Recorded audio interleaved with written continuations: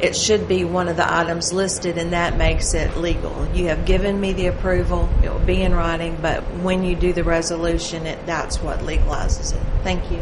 Thank you. Okay, CAPC is not here. Bruce Levine of the Parks is here. Point of information. Yes.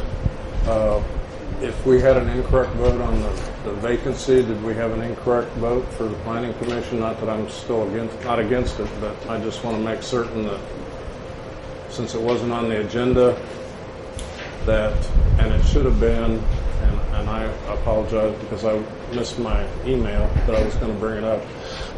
Should we not amend the agenda the third time and put it on there and vote on it properly?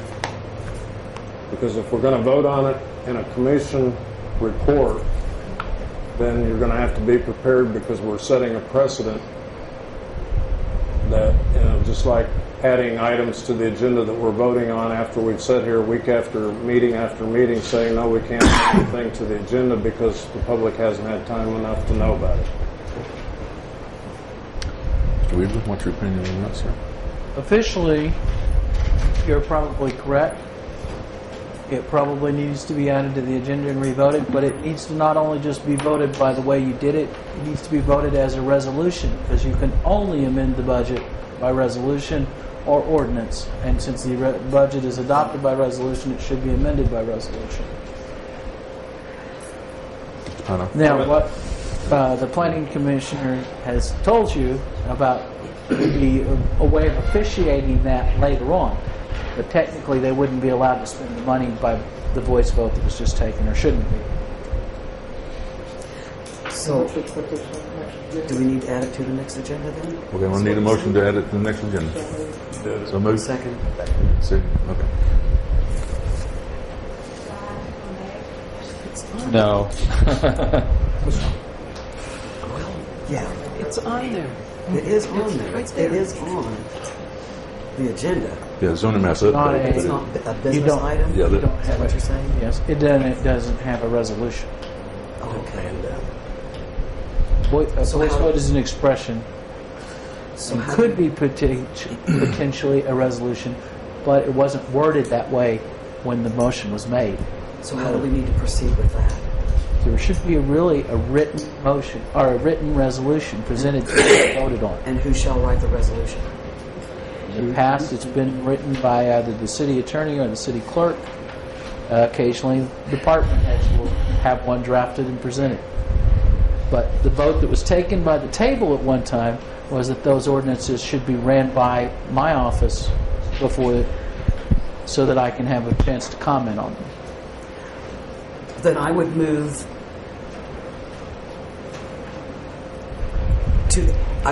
to instruct the city clerk to write this resolution and present it to the city attorney so that he may have a look at it before our next meeting and present it to the table at that point. Can I get a second?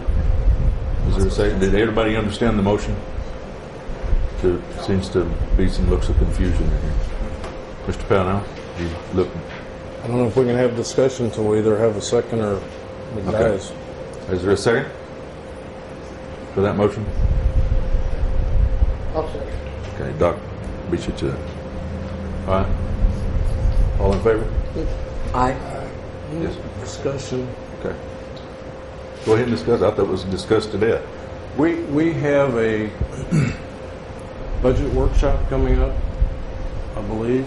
I don't know if the date has been set. I know there was one set for the 28th or something else, but could we not kill all this in one fell swoop if we're going to have a mid-year budget review at the end of July? We sat there for 3 years on planning, not that that's an excuse, but without a new updated zoning map. I would like to see us do it properly and have the finance department or whomever get it into the mid-year budget review. We do it all in one resolution that is reviewed by the city attorney, and we have it done and put to bed. Okay, when you sent the email out about the 2 meetings and the 28th, one of them is for budget process and the other one's for goals for council. There was going to be, I workshop of the mid-year budget review at the end of July once we had the report. I thought that too.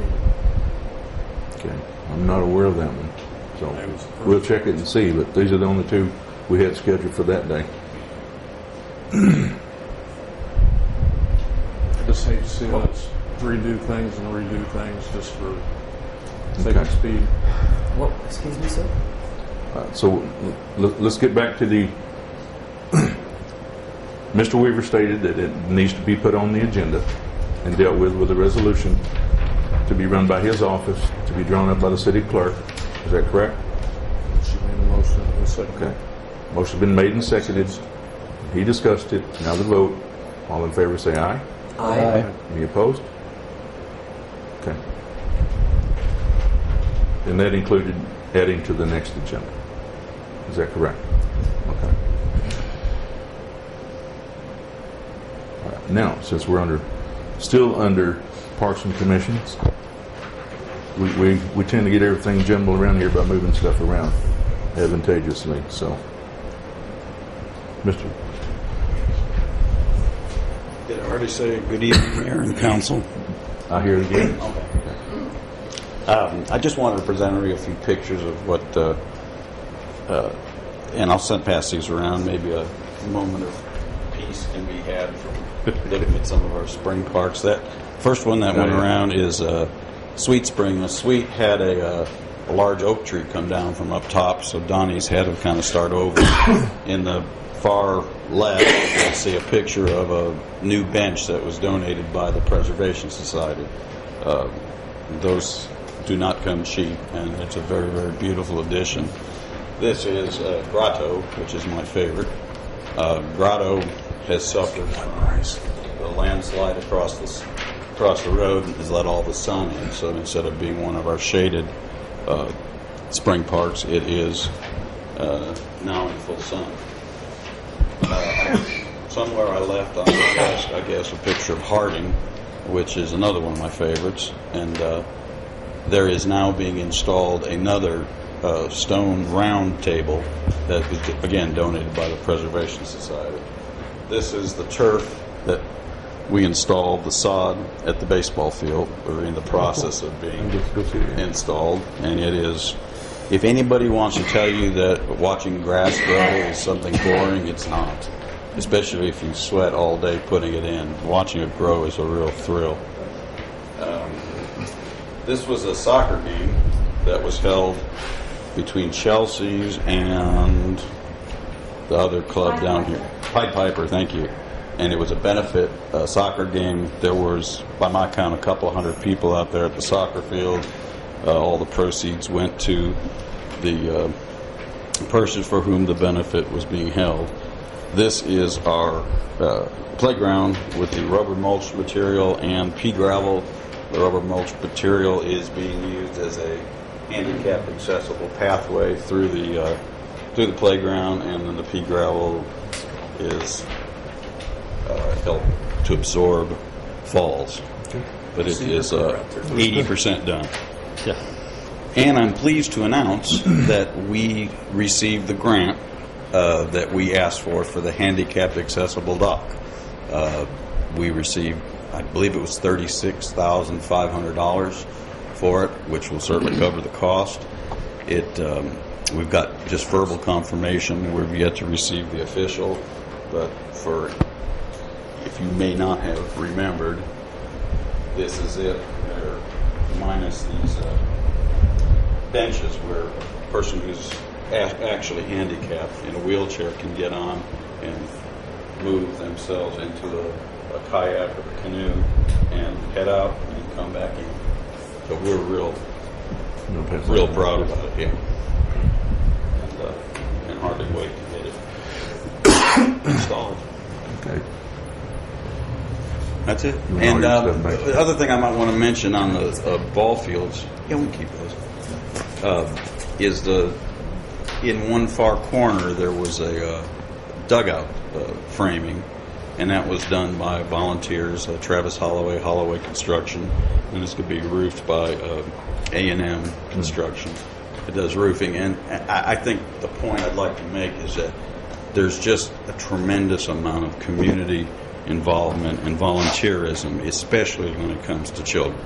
And I think sometimes we forget about that in our melees that we have, that there is a volunteer corps, there's good people out there, and they're willing to help. Thank you. Any questions? Thanks, sir. HDC Cemetery, Ms. Hunter.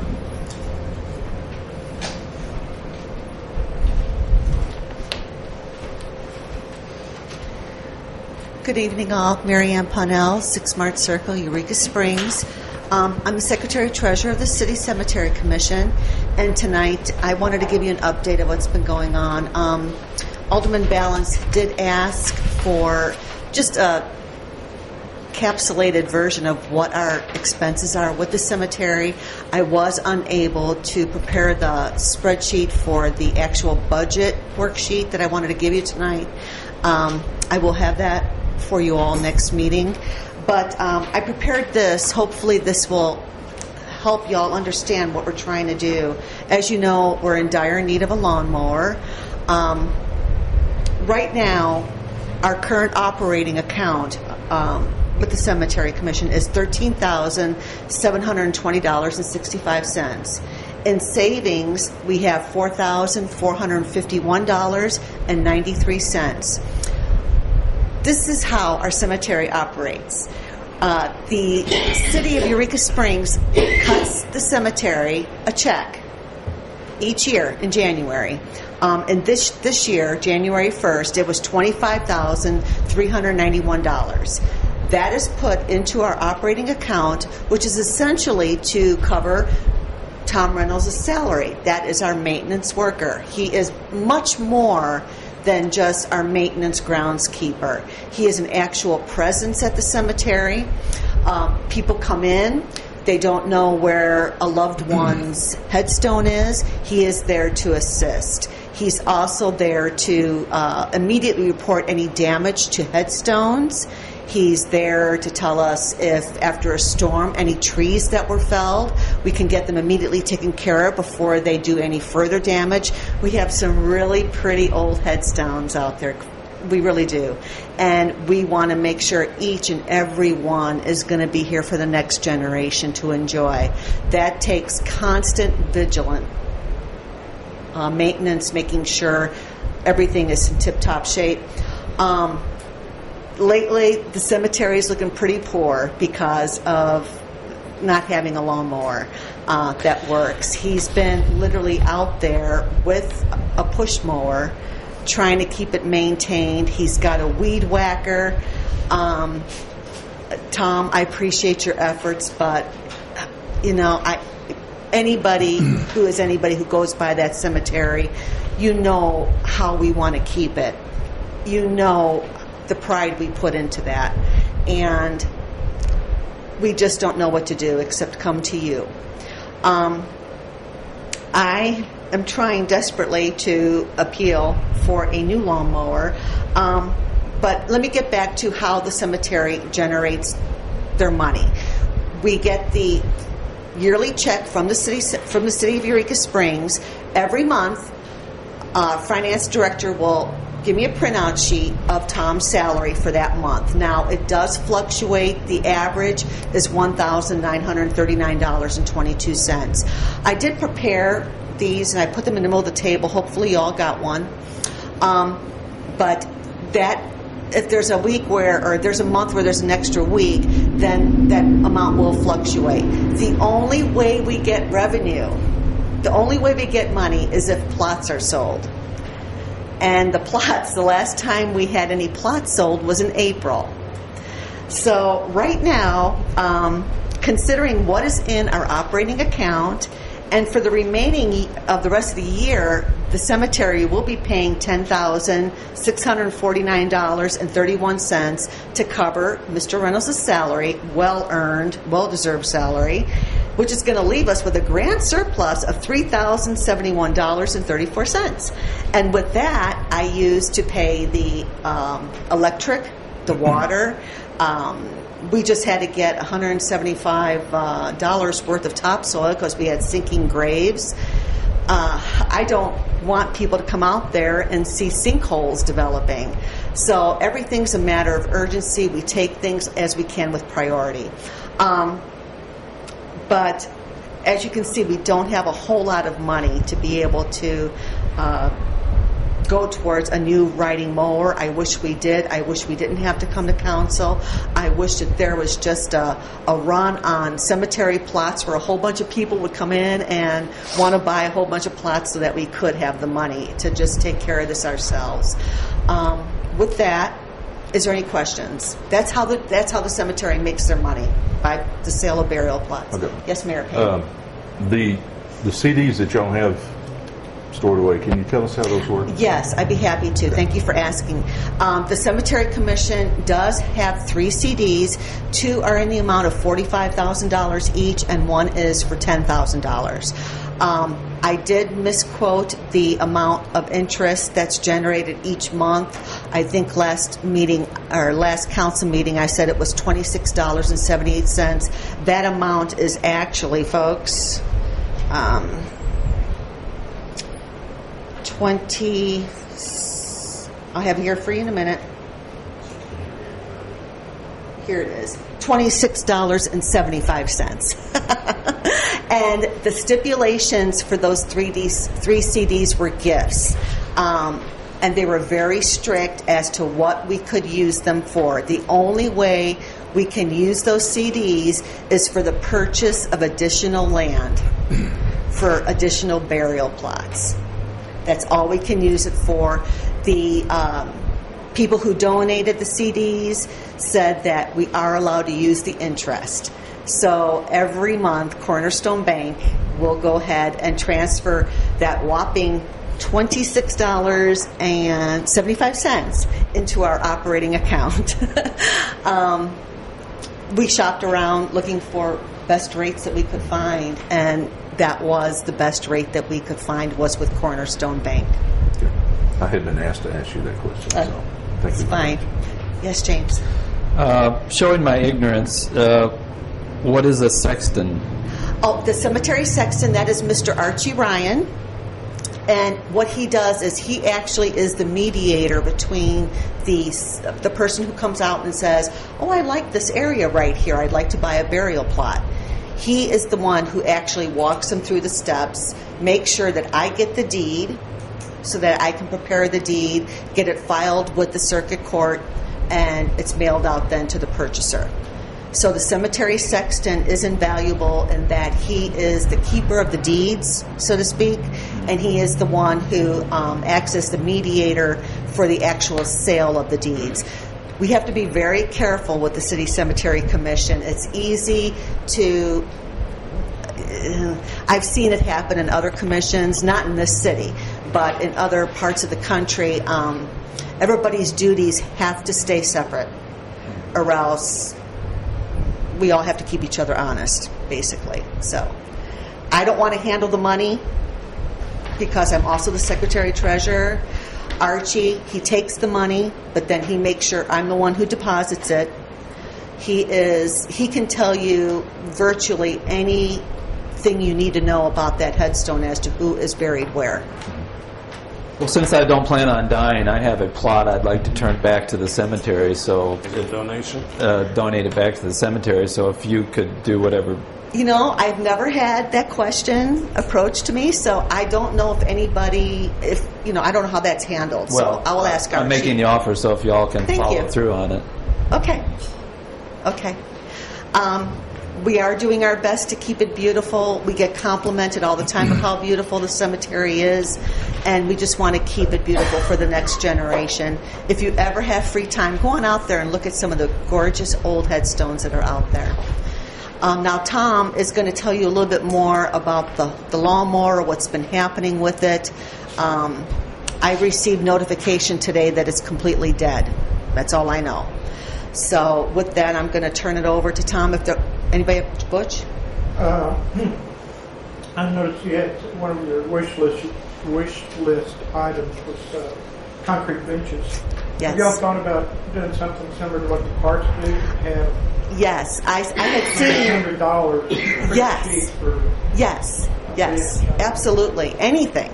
I mean, if somebody came in and put their name, their in memorial or something, it would seem like y'all would be able to raise some money. Absolutely. Benches. Mm-hmm. Have y'all considered that? Yes. We just can't find anybody interested in helping us. We may not be aware of it. You're right. If anybody's out there and you hear this, we'll be more than happy to. Any way that this is your cemetery. It's not the commission's cemetery. This is your city cemetery. It's a national landmark. It's on the Historic Preservation Society's list. It's beautiful, and we want to make it prettier than it is right now. So, if anybody would like to assist us in any way, we'd be more than happy to entertain them to come forward and just let us know. Anybody else? Thank you, ma'am. Okay, Tom. That's you. Yeah.